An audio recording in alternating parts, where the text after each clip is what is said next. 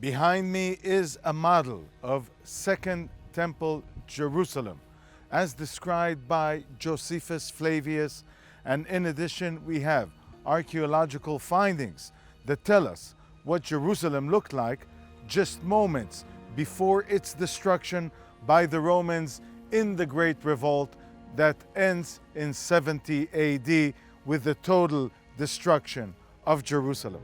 Jerusalem, just before it is destroyed by Titus, is one of the most glorified cities throughout the Roman Empire. The temple was known all over the Roman world, and visitors came from all across the Roman Empire.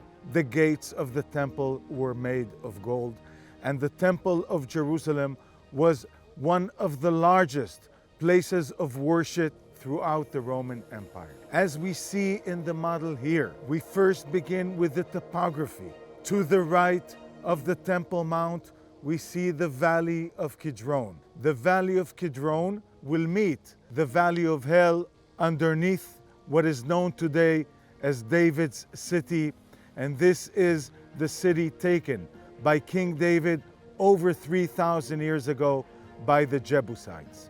As we can see, Jerusalem, just before its destruction, has three walls.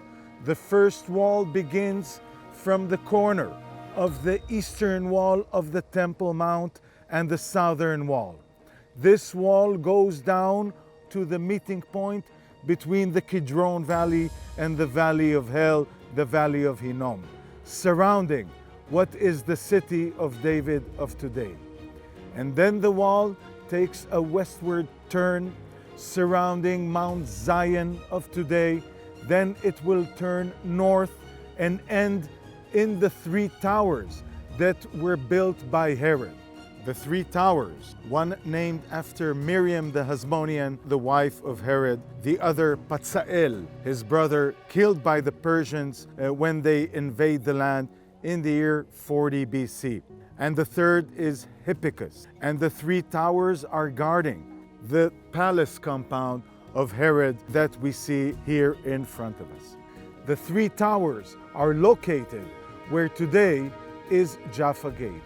Looking at the three towers, we see that this is where Jerusalem's second wall begins. The wall goes north, and then it goes to the east, meeting the Temple Mount in the fortress known as Antonia. Then comes Jerusalem's third wall, built by King Agrippa II.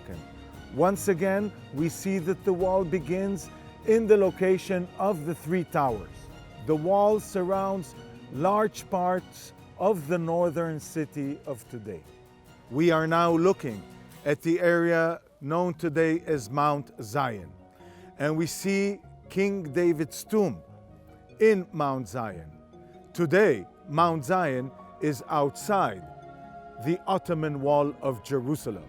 Just prior to the destruction of Jerusalem in 70 AD, Mount Zion was inside Jerusalem's first wall.